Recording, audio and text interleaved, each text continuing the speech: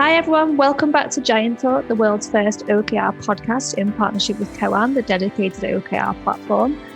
I'm your Giant Talk host Jenny, and joining me today is Roger for another episode of our OKR Toolkit, where we'll be talking all about reflection as a high performance habit. And I'm going to laugh again because I'm going to ask you to introduce yourself again, Roger. But just in case anyone is dropping on to the podcast episode for the first time, can you just tell us who you are? Yeah, who the heck I am. Yeah, so I'm Roger. I'm the founder of There Be Giants, and we have been specialising in OKRs for best part of 6 years now. We've done hundreds of implementations around the world. We train and qualify coaches, OKR coaches, through our academy, and bring in the benefit or sharing the benefit of our experience and the pearls of our wisdom via these podcasts. Excellent. Thank you very much. So I mentioned we're going to be talking about reflection as a high performance habit. And we spoke in the last episode of the toolkit about confidence ratings and progress when it comes to OKRs. And I guess this very much links in with that. So first off, how might we approach reflection, and are there different ways of doing it? Yeah, well, it depends on what level you're reflecting, because, we can reflect as individuals, we can reflect as teams, and we can reflect as organizations. If it's an individual, then it's good to get into the habit to, all you need is just a very, very simple, and this actually applies for all three, but a very, very simple structure. And the structure I like comes from the continuous improvement practices that were pioneered in Japan. The Toyota manufacturing system, TMS, it was originally called. And when they were looking at when they wanted to really drill into something and do a very quick sort of snapshot review on something that had happened, they'd ask, what should we stop doing because it's not useful? What should we start doing because actually we think it would be valuable? And what should we keep doing because we're doing it and it is super valuable? So, you're looking at the whatever's just happened from three different really useful perspectives there. And that works at individual level, it works at a team level. And to a certain extent, I think you perhaps need to get a little bit more comprehensive when you work at organizational level. But the point is that at organizational level, I would say it goes more into retrospectives, which is obviously, I'm sure we've got listeners who are very familiar with agile working practices, and retrospectives are a real cornerstone of those. And unashamedly, in certainly the way that we approach OKRs, retrospectives is a big part of that, because I think it's not just important to look at how you've performed against the OKRs themselves. I would expect that to happen as a matter of course at the end of a period. But also, it's really important to look at how you're using OKRs to ensure that you are, and again, you can do it by just asking the stop, start, keep questions, but to make sure that OKRs as a process continue to deliver the value that you need from them as a way of working. You see, because there's this principle of system decay, that any system, whether it's a digital system or an organizational system, it decays over time if it's not maintained. So I view retrospectives as maintenance, if you will, of the system, to make sure that you're, because an organization does not remain static. It changes. It has to change. It has to flex. It has to adapt. Because of the external pressures that it's subject to all the time. And so therefore, that if the systems within it stay rigid, it's going to be really difficult for it to adapt. So just like any system, OKRs are not are no different. You should be asking the question, regularly, to make sure that they are continuing to deliver the benefit, deliver the value that you want from them. Great. And I think something you mentioned there about kind of things changing and things working, I think that kind of leads me into my next question. And for our listeners that don't know, Roger is a keen athlete and has performed at a high level in sport and in rowing. So how have you seen reflection used in sport? I suppose is a good way, and I think this is quite a good way for people to understand it and how it can be used. Well, thanks for reminding me of my glory days there. Yeah, so I used to do coaching in rowing, and I loved how with the athletes, it was common practice, and we were in our club. We had the regional squad that were training for the British squad. Mm-hmm. So they go from us to competing in the British squad. So we were like the next step to competing for the country. So, you really got to see elite athletes at work, so to speak. And so a lot of their practices, a lot of their habits and behaviours kind of rubbed off on us club rowers as well. And what I really admired was the fact that after every single outing on the water, they made time to just look at what it was that they were focusing on and how well that went, because they'd go out with it on each outing with a particular focus, with a particular aspect of their technique that they were working on, just small slight change that they might be trying to make. It's as Dave Brailsford in British Cycling would say, it's about the incremental gains. And so like a cyclist would go out on a track, our rowers would go out in the water and they come back in and they make time to reflect on their outing and then make a decision on what they were going to do for the next outing whilst it was still fresh in their mind. Mm-hmm. And they keep track of that, they'd log it and so on and so forth. It is a high performance habit. If you're always just going forward, that may sound on the face of it like exactly what you want, but you could be leaving a trail of destruction behind you.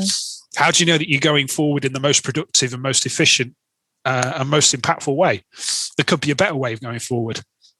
If you never pause to just look behind and see and learn, this is a massive part of, you've mentioned in some of our other podcasts, the core principle to our approach to OKRs being test, learn, and adapt. Mm-hmm. This is where the learning comes into it. The test is running the OKR. The learn is let's just pause and reflect to see how well we did. How did the process work for us? How could we do it better? Because there's always room for improvement. And then adapt as a result. And I saw that happening in the athletes, and I see this happening in very much the same way in the teams that we and businesses that we work with.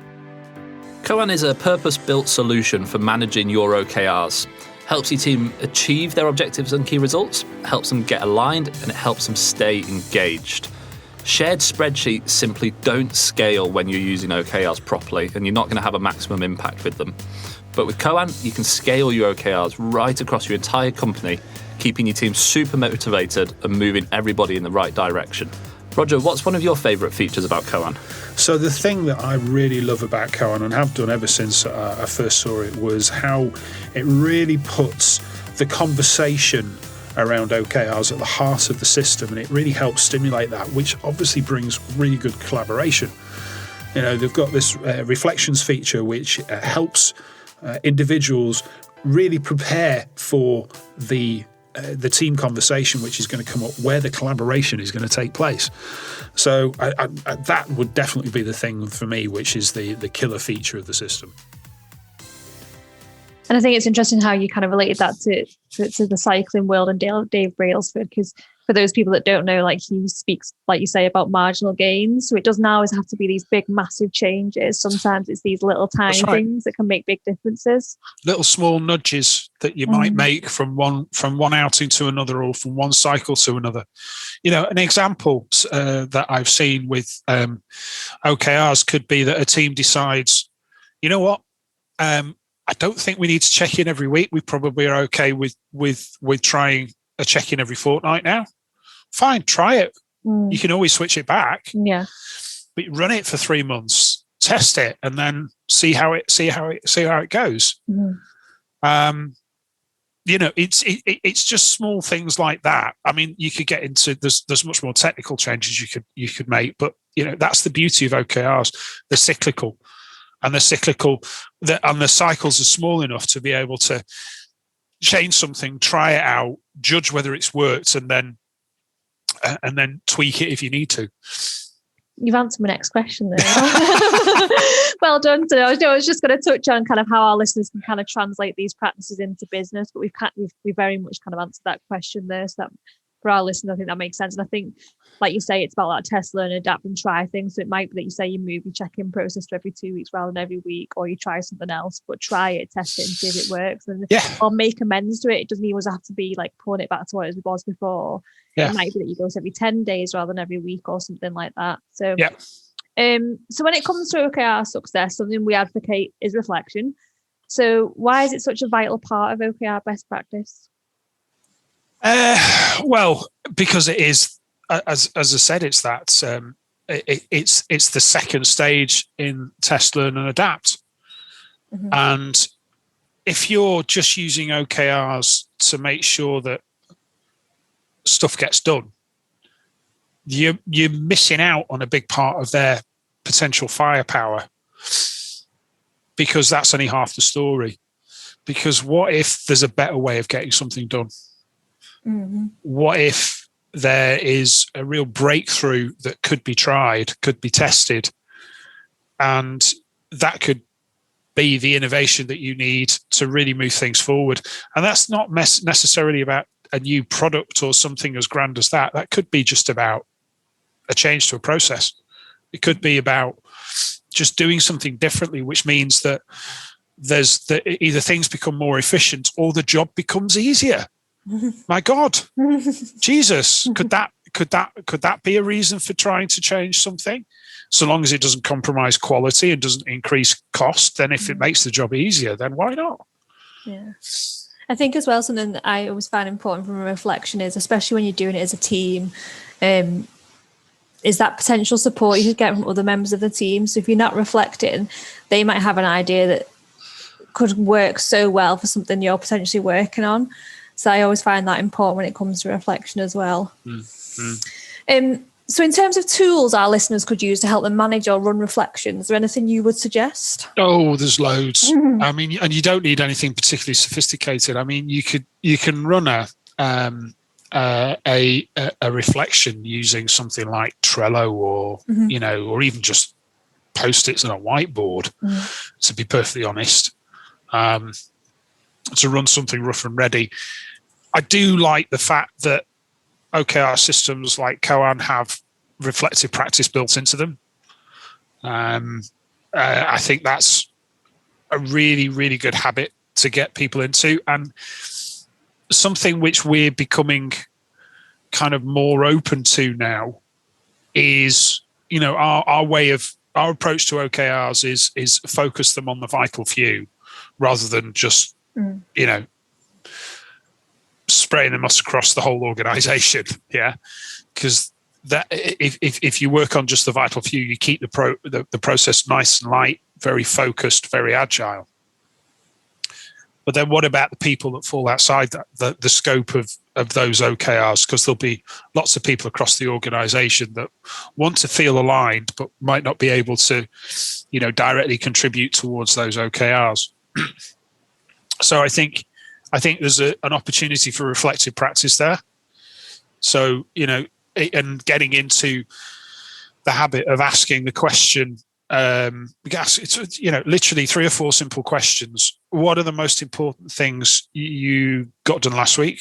What are the most important things you want to do this week? Is there anything that you need help with? Yeah. And is there anything the wider team should know about? Mm-hmm. Absolutely, 4 very, very simple questions could be answered in the matter of, a few minutes. And that, if that is completed ahead of a team sitting down, whether they're working with OKRs or not, it really starts to change the nature of the conversations and changes the focus. And even if they're not working, like I said, with an OKR, they're probably contributing towards the performance of a KPI in some way. And so therefore, they're answering that questions in terms of what is it we can do to next, what I'm doing what are the most important things I'm doing next week that could help, improve our performance on that KPI or in some way, shape, or form. So I think there's a way that you can use this type of practice to help build alignment, even when OKRs aren't part of what a team's working to. Yeah, it's really interesting. I think I just want to touch on something you mentioned in that point there, where you said about spreading OKRs across the whole organisation.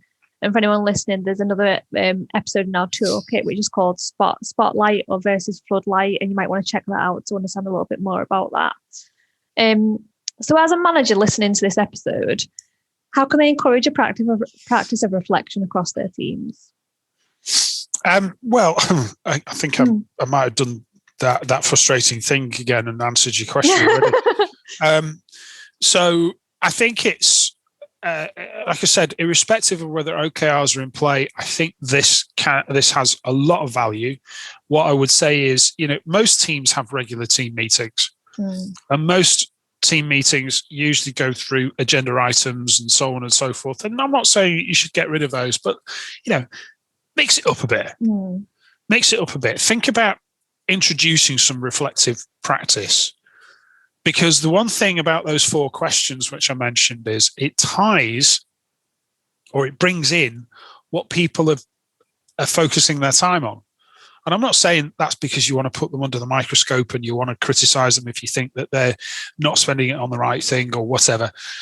But it helps to align the discussion in the meeting with what then, what people are actually spending the time on. And there's a connection. So the time that you all spend together in that meeting, and let's face it, meetings don't have a great rep for being the most productive of activities, means that there's a connection between what's discussed there and then what happens, outside the meeting, which is where the work gets done, which is where the value gets created. So I would say just try introducing those 4 questions and get people to prepare for them and allow time for discussion around them.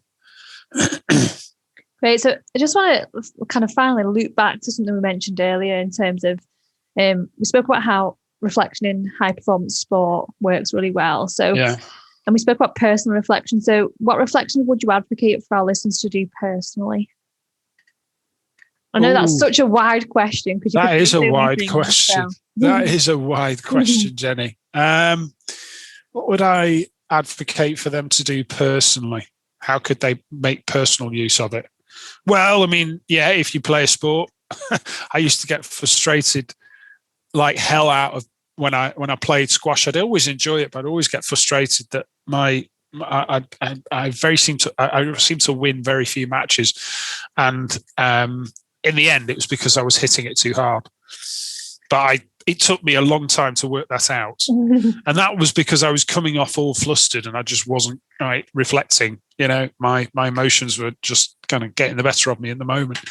And that's actually a good point to be able to reflect properly, reflect productively. You have to be in a state of calmness, I would say.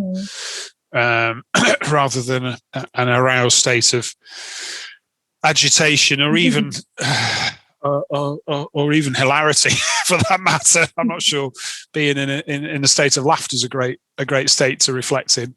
But I think a calm, clear head is a good state to be in.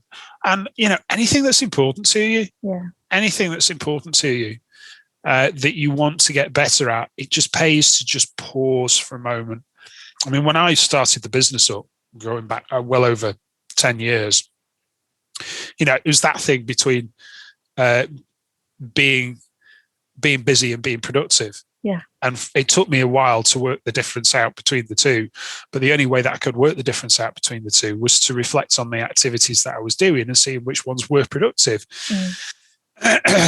And that took time. It took, you have to learn. I think that relates to kind of something that and I think a lot of people have probably seen, especially during lockdown last year, like on your phones, when you get your reminder of like screen time from your phones or how long you've been on your phone, like on a weekend day, and you think, reflect on this, like I could be doing so much more productive things with my time. And it's actually think like, how can I bring that down in the future? So I completely get where you're coming from with that. Yeah. YouTube's the worst for that. You just go, YouTube video. Oh, it's 10 minutes long. Oh, fine, I'll watch that. And there's another one. I'll watch that. And you've watched 3 and you've lost 30 minutes. You've lost half an hour already. Just get lost in a hole online, don't you? Yeah, in a whole YouTube hole.